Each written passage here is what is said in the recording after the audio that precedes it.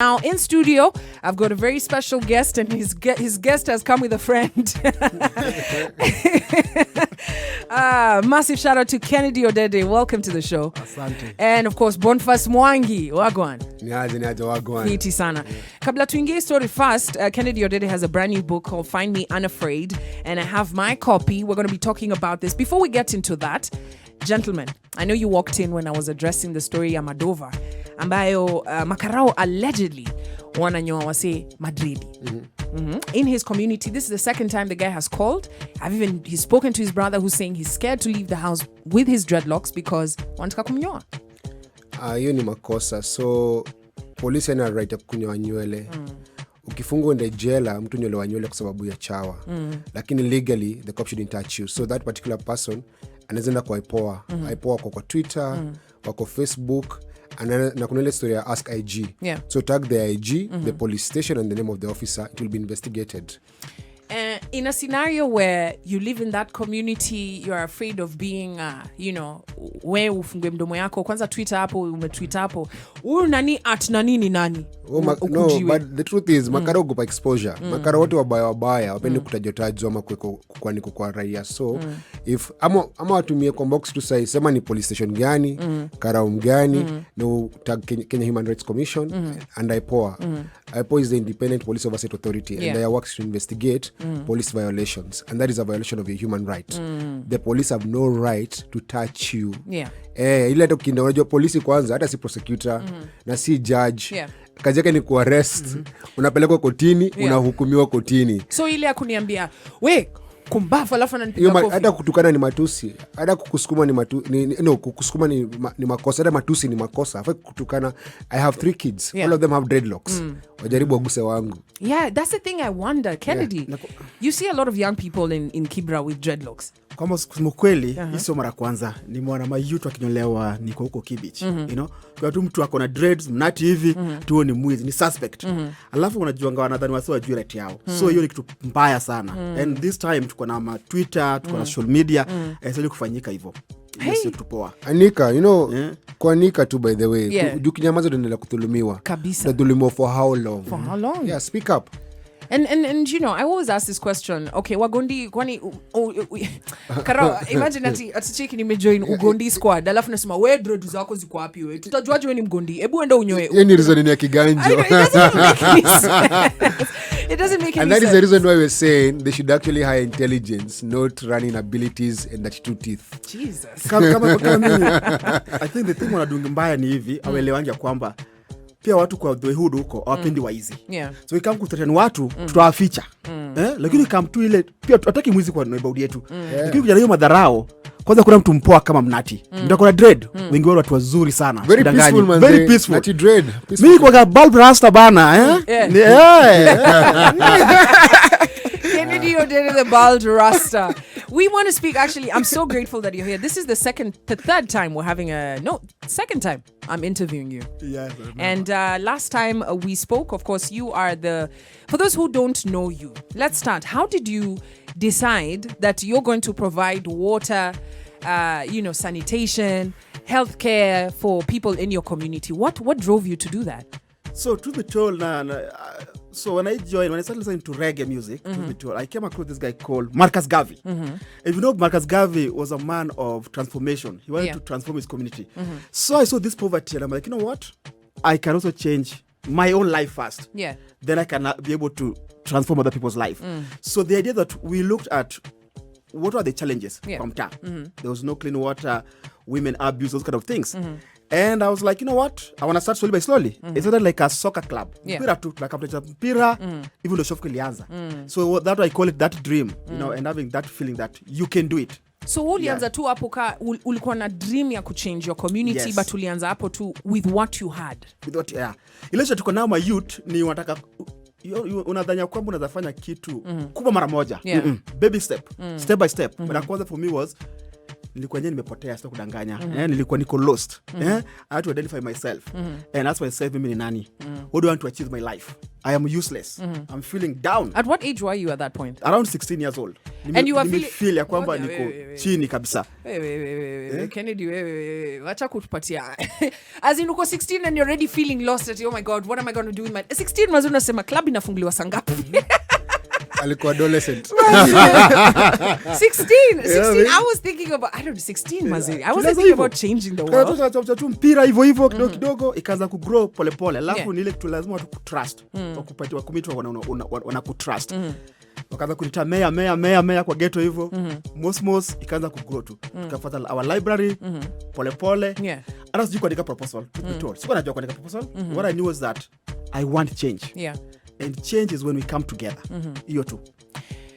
Change. I want change, and change is when we come together. But the truth be told, sometimes you're in a community and you're like, we can change things. Lakini mtu anakuangalia anasema, change what? Everything is okay. We're speaking to Kennedy Odede, who's the co-founder of Shofco. What questions do you have for him? We're going to be talking about his brand new book, Find Me Unafraid. Woo!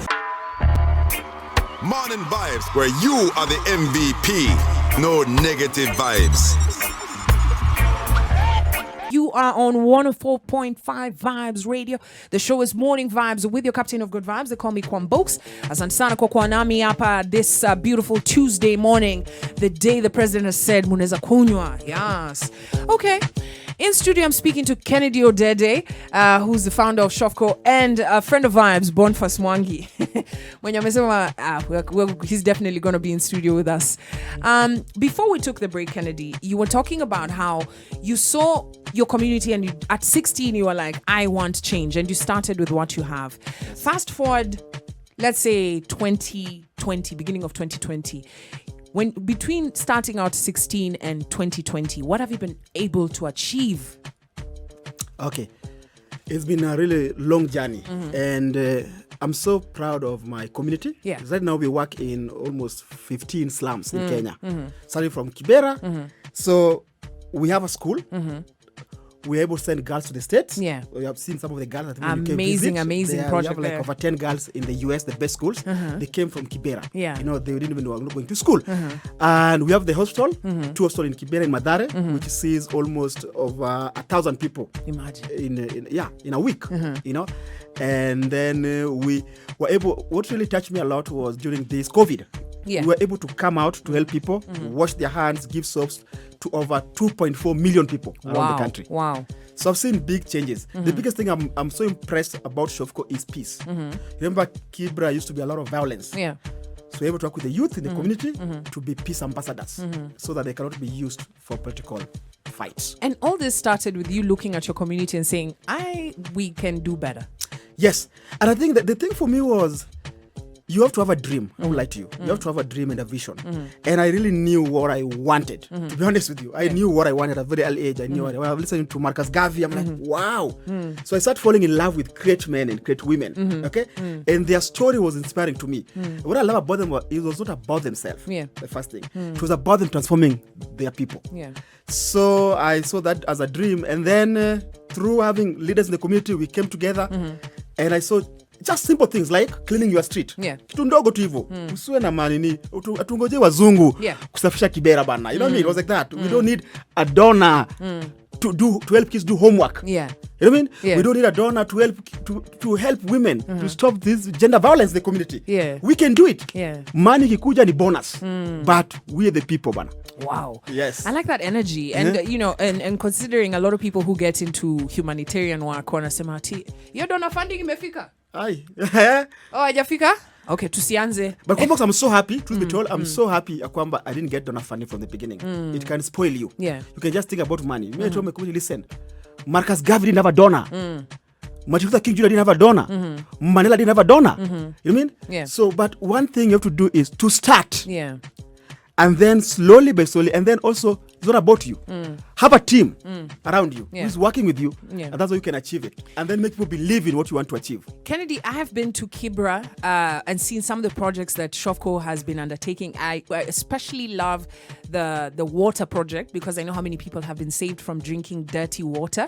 If you've never been to Kibra, utapata yani kuna cables zinapita. Pali takataka iko sewage inapita, alafu unaona cables za maji zinapita huko. But Shofco, you decided to do it a bit different. Yes. Which brings the question, A lot of money is being spent by the county to, do some of these works. Why aren't they as effective as, say, the work that you're doing? Because if we had, say, Shofco running county government, easy resources, vitu zingekuwa zina happen. You know, Kwambox, truth be told, when I see this General Mbadi, I was like, I want to help this man to transform this Nairobi, this informal slum, because that's where we work. In all these slums in Nairobi. And it's been hard to reach him. I've seen the boreholes in Kibera that were drilled by the county government. It's not working. So I hope I've seen our government clinics in the hood. Hakuna dawa.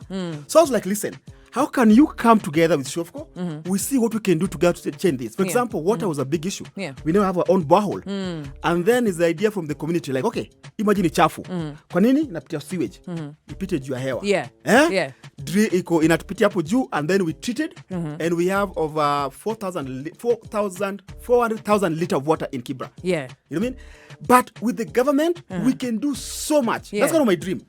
Because I believe that we don't need NGOs. Believe me. You know what I mean? We need this to be taken by the government to come together and we transform these neighborhoods.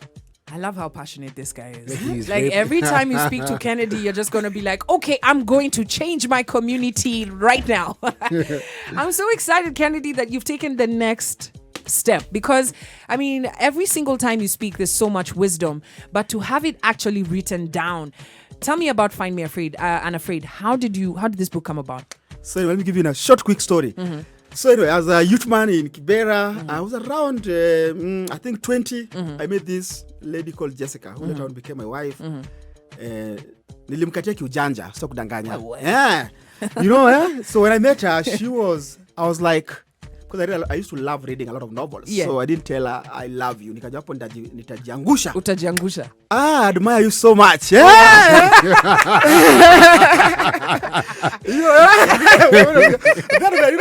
So slowly we really fell in love. Most. But to be told, I fell in love the first time I saw her. Wow. Lakini kaificha kiuras. I like you.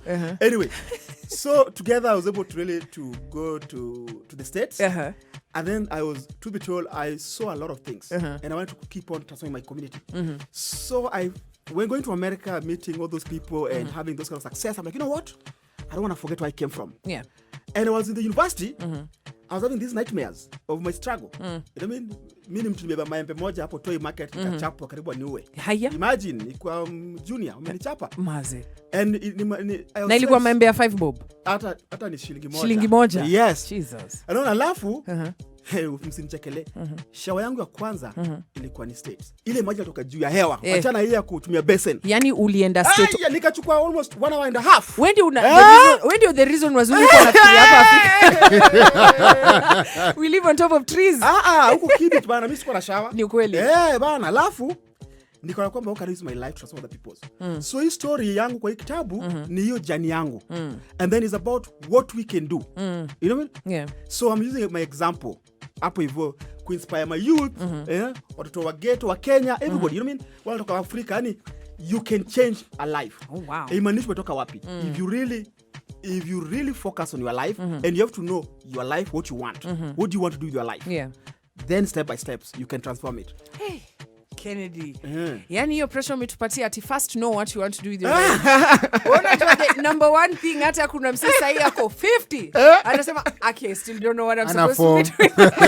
And there's a guy 16, amepata na dem, ashajua this one is my wife, lakini sitamshow. Alafu kidogo a couple of years later, Kennedy and Jessica wako na kitabu hapa inaitwa Find Me Unafraid. They even have a movie coming out. Oh yes. Wow. Yes. Wow. A Hollywood movie. Hey, you need Bonnie. Unasikia Bonnie? You need Bonnie. Morning Vybez, where you are the MVP. No negative vibes. Remember, you're on Jadala, Court of Public Opinion, and today we're speaking with Kennedy Odede, who's the founder of Shofco, and he's here telling us his fantastic story. He's got a brand new book. It's called Find Me Unafraid. Where can people find this? So very soon it's going to be on the bookshops. We are working on that. So you got the special one. Kennedy, in your story sounds, when I listen to your story, I'm just like, damn, your parents must be so proud of you. Tell us, how did you grow up? What was your growing up story like? Because I know you grew up in Kibra. Yes. Kibra has changed a lot. I remember when I was growing up there, you used to be having grass. I used to see Masai coming with cows. It was a really tough. Yes. Kibra kulikuwa na nyasi wewe. Yes, kulikuwa na nyasi. Wapi? Kulikuwa na nyasi. Wapi? Kibra kuna nyasi. Atako. Unakumbuka hata hiyo nini? Hiyo dam saizi. Kulikuwa na watu wanaenda hapo hivyo. Dam najua. Yes. Na unapaka unatoka forest hapo basi wanatembea na ng'ombe zao wakipeleka huko. Nilikuwa mkid. The first thing nilikuwa kutengeneza ng'ombe na matope. Wow. Yes. So it was tough, was really was tough life. Hapo hivyo ni university nakwambia. Hiyo maisha ukipitia vizuri unapata PhD ya life. Yeah. You know what I mean? So na kuzanua tembea mtaani unaona tu mandazi kubwa kubwa lakini huwezi nunua. You know what I mean? Yeah. So ilikuwa ile maisha ingine tough alafu na violence, ne? Growing up ilikuwa mbaya sana. Violence ilikuwa mob. Ilikuwa wanubi na wajaka wanapigana. So I was growing up really scared of that, you know? What were your parents doing? Okay, so my mom alikuwa anauzanga mboga hivi na kuosha nguo kwa watu. Ndio to survive. Lakini ni mama mwingine ako very prideful woman. Hiyo amenipatia. For example, tukiwa dogo anali tukule kwa watu. It was bad. Which was good. Wana, I don't know njora mbwa wewe umie tu. Lakini hata tuchukue kimbo tupake kwa mdomo. Tukaeka tumekula. Exactly. Okay, ndio chukue kimbo wewe weka kwa mdomo. Unataka kuniibisha hapa. Anyway, you know, so that's the best story I've had. Big up your mom, maze. It's better than wale watu wenye wanakubalishwa unaenda unakula kwa me. My mom wouldn't allow it as well. Yeah. Sasa kuna njaa bana. Anyway, yeah. So growing up with her, she had instilled that discipline in you, like lazima ujitafutie yako. Yes. I love you know we have school for girls, but ilikuwa yake. Hiyo gender ni alianzisha. Msizonga anaitwa Antoinette. Ananiambia akiosha vyombo next day unaosha. Alafu madem kwa sakati, wewe unaosha kwa hiyo sakati mko junior bado lakini watu wanakuchekelea. Unaosha vyombo. Anamwambia no, hapa nyinyi wote in the same. Na Mungu akusoma. You know? Yeah. So hiyo ingia wakio tu kwamba tuko kind of kuna hiyo gender equality ilianza kwa mdogo hivyo. So that's kind of a woman. Okay, so your story, I mean, starting from Kibra, ushago ni wapi? Ushago huko ni side za Rarieda huko. Rarieda. Yeah, umetembea huko? I think so. Yeah. Nimefika wapi? Nichekelea. Nimefanya road trip kuanzia Nairobi kupitia Eldoret huko kwenda Kisumu. Pas Kisumu sasa. Uenda Siaya? Umeingia Siaya? Nimepita pas Kisumu kwenda huko kwa Kakamega, Bungoma. Okay, umekula samaki za huko? Ile ni tofauti za China. Very delicious. Mbona zifikangi Nairobi? Sababu transport sijui. Anyway, so looking at this book, what inspired you to write the book? Because you're already doing amazing stuff. Yani, you're already influencing close to 2.something million lives. You're already doing fantastic work. Why the book? I think the book is okay.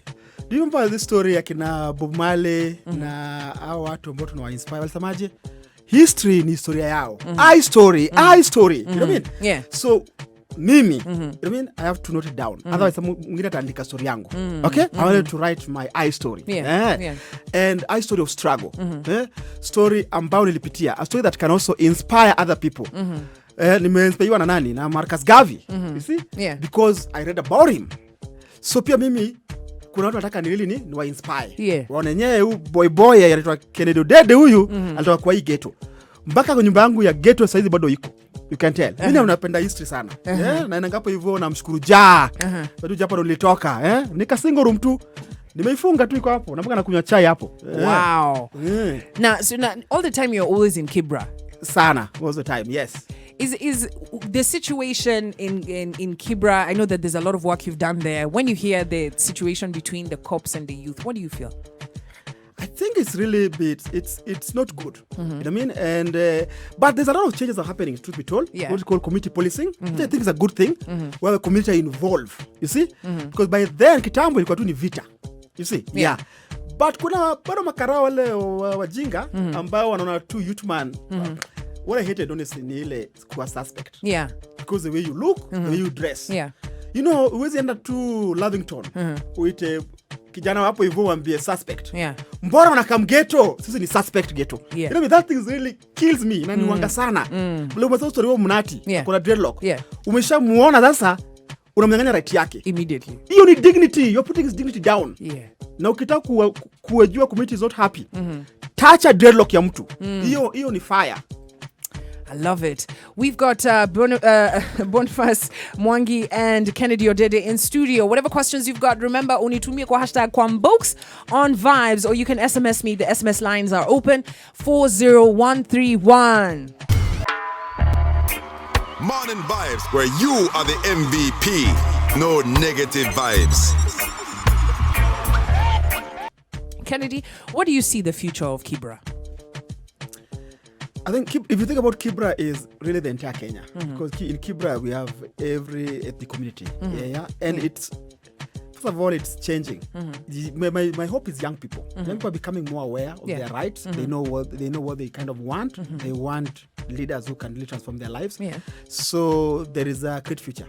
Yes, it's called the youth. But we really, you sound very optimistic about the work that the youth can do and what youth can do. But it seems right now, when we were growing up, yes, things were tough. But it seems that this generation of youth find life more tougher than others. If you listen to stories, mental health is one of the biggest issues. Lack of jobs. Understanding what your purpose is. These are some of the challenges facing our youth. And most importantly, when it comes to, you're thinking about your future, then you put your future in the hands of your leaders. Kennedy, why have you never run for, office? So it's very interesting, because for me, it's been change. And I think my country, people think so much that politics is the only way out, which I don't agree on that. Yeah. I think for me, what's important is the basis. Basis need to be empowered. People on the ground need to be empowered to make the right decision. You see, that's what I believed in. Yeah. I never believed in me myself running political office. No, I think I'll be one person. You know what I mean? Yeah. And I'll be whatever. It is tough, but if I can use my position to empower communities to make the right decision in their lives, it's better. Boni, umesikia hapa Kennedy akisema it's tough. Yeah. To look at the work that he's doing. No, he's doing an amazing job. Ako Kisumu, ako Mombasa, ako Nairobi, and he's not a politician. So I actually agree with him that you don't have to be in politics to bring about change. Yes. Yeah. You don't have to run for public office. But don't you think we need a leader like this guy? No, you guys are going to destroy him if he goes to politics. Kenyans have a way of destroying good people. Kennedy, in this book, what's that one thing that you want whoever reads this book to there's a lot of pictures of you ukikuwa mtoi, na mom, shout out your mom, mazee, your story nimeipenda sana. But ubo wa gate alikatia mzungu akampeleka kwa nyumba ya mabati na kakula vitu. Imagine.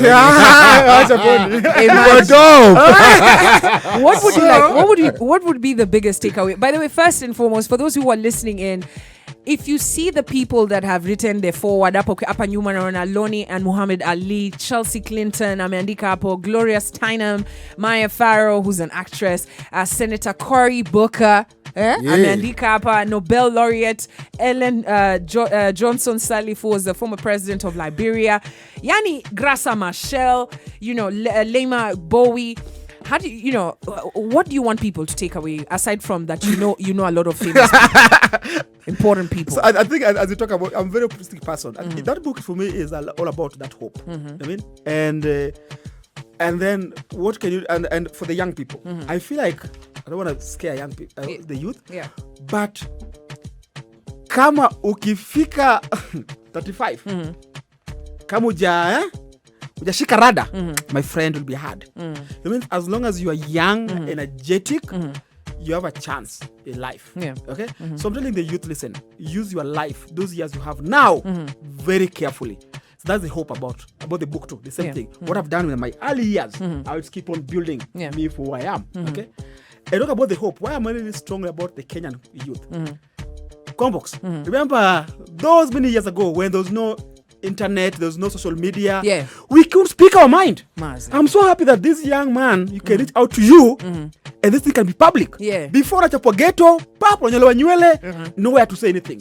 So with the social media, with the power of the youth, I think the world, the Kenya is becoming a better place because we can speak out. It's all about speaking out.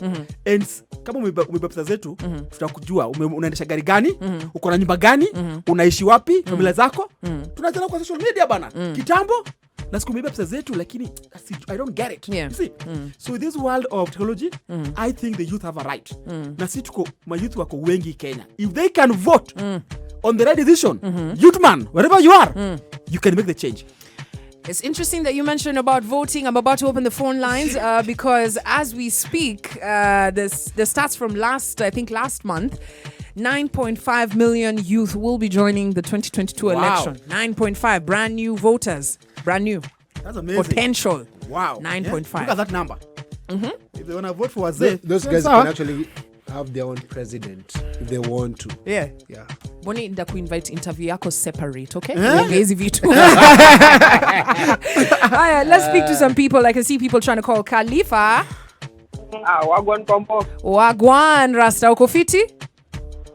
Kigote hapo the CEO. Kennedy. Kennedy mgote sana. Amegoteka. Nimechukua mras. Vipi? Wagwan ni committee. Yep. Nimekuja sasa hivi kwa Ungwaro. Na wenye umeongea. Yeah. As youth, si youth, tunafaa tu focus on life na cheki. Ni ukweli ras. Kama sasa hivi nimetoka road Uthiru. Ndo nateremka saa mtaani. Na nikunywe breko alafu nijue inakuwa tu ni got. Tunashukuru sana Khalifa. Kuona siku Wagwan Kwambox. All right. Okay, Khalifa there from Kawangware letting us know about his day. Tehuti. Niaje. Fiti sana, habari asubuhi. Nzuri sana hapa leo je inakuja. Good stuff. Karatina is one of those places I can't visit. I'm sorry. It's too cold. Unajeve huko? Anasema leo jua imetoka. Tehuti. What do you want to tell Kennedy? Nataka kwanza kugotea Mwangi. Niaje bro. Fiti sana, mimi ni fan wako sana, mimi kufuata wewe ni inspire sana. Asante.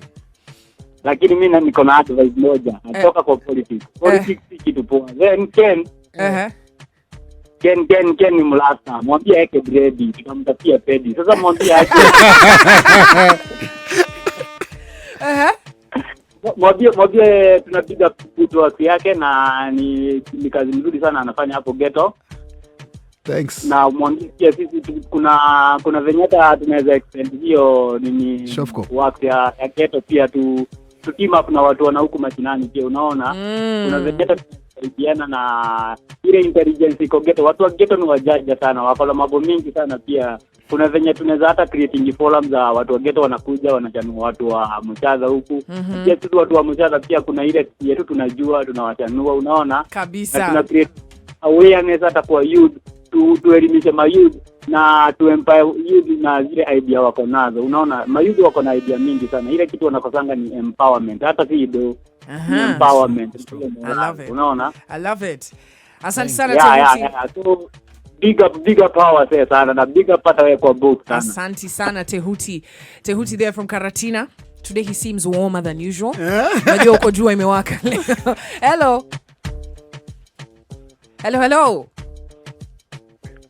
Kutoka Mombasani tunaongea na nani? Napita kutoka Olkarau. Olkarau, uko fiti? Niko fiti. Karibu sana kwenye show. Unasemaje? Ningependa kugotea watu fulani hapo. Ningotea Eriko kutoka Kasuku. We, my friend, Peter. Peter? Peter, yeah? It's not the time, please. Wacha nikukate. Asante. All right. Ako sawa hapo roju. Mike. Hello. Habari asubuhi. Nzuri sana. Karibu kwenye show. Welcome. First of all is to thank Odede for the good job that he's doing. Thank you. Yeah, you have a story to tell. Even me, I've got a story to tell. I'm a reggae artist, and I wish we could have a chat on Facebook. Wow. Okay. Yeah. Keep on keeping on. Asante sana. Peace. Hey, thanks to Boniface Mwangi. Niaje. Hey, mzuri sana. You are doing a good job. Asante. Thank you. Have a great day. You too, Mike. Play for them, Prisoner, Lucky Dube. I will. Thank you so much.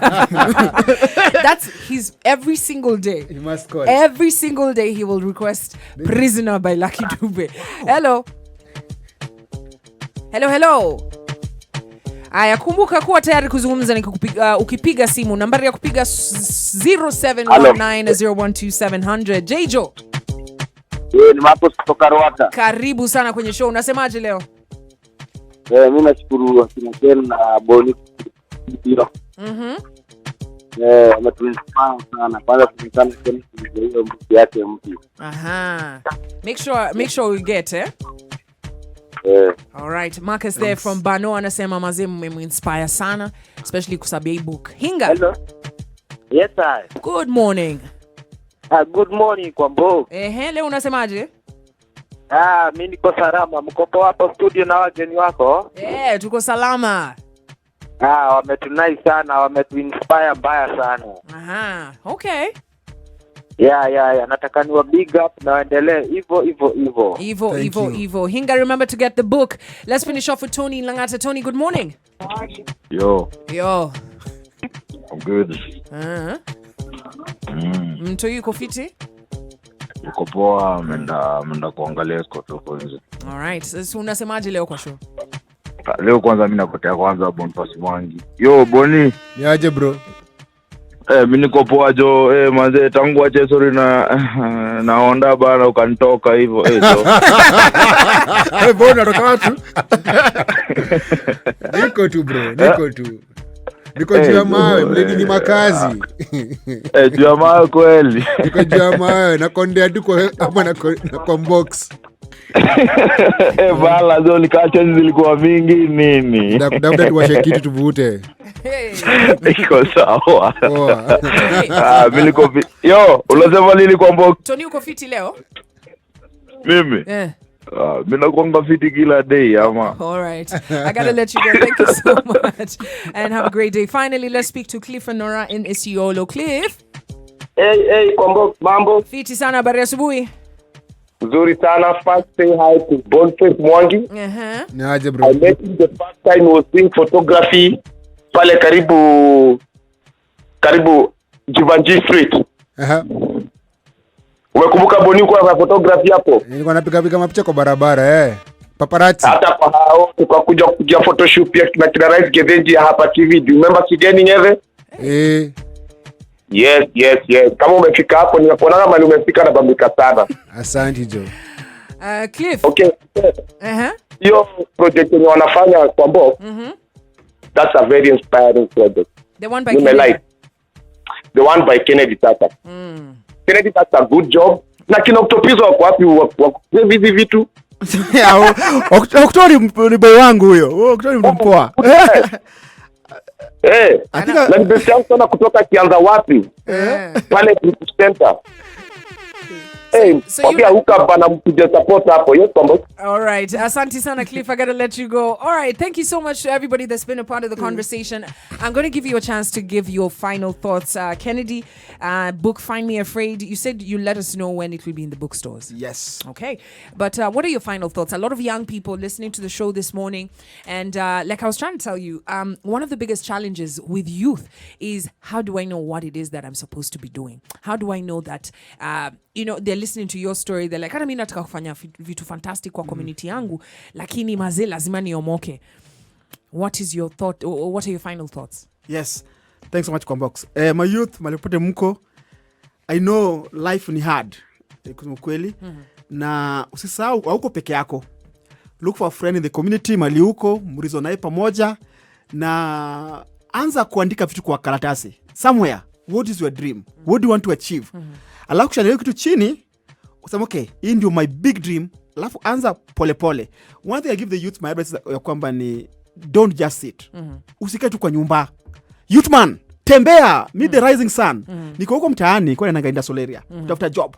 Hata kazi ya pata job, ndio niza mseba na kuna mali kuna kibarua mahali. That's how I used to get my jobs around, So but the idea of giving up is the bad thing. So youth man, wake up in the morning, we hustle. We amka tu asubuhi, usikae hivyo, because an empty mind is a devil workshop. Yeah, my advice for the youth. I love it. Youth man, najua mmembo mhustle, sisi we don't believe in hustling, we believe in grinding. Hustling imekuwa too much politics. But thank you guys so much. Boni, Niaje. Na kuinvite to have a separate Ndakam conversation. Ndatembea tena. Yes, because there's a lot of young people who need guidance, especially tunaingia political time lakini hatujui. We don't know what is agwan. Lakini naambia tu wase wajibike, take responsibility for your own actions. Usingoje, there's no Jesus or Muhammad who's going to save you. Become your own savior. Like Kennedy was his own savior. It's true. So save yourself. I love it. Okay, so your interview iko ushamaliza hiyo story yako. Vybez Radio, we rule the nation in this generation.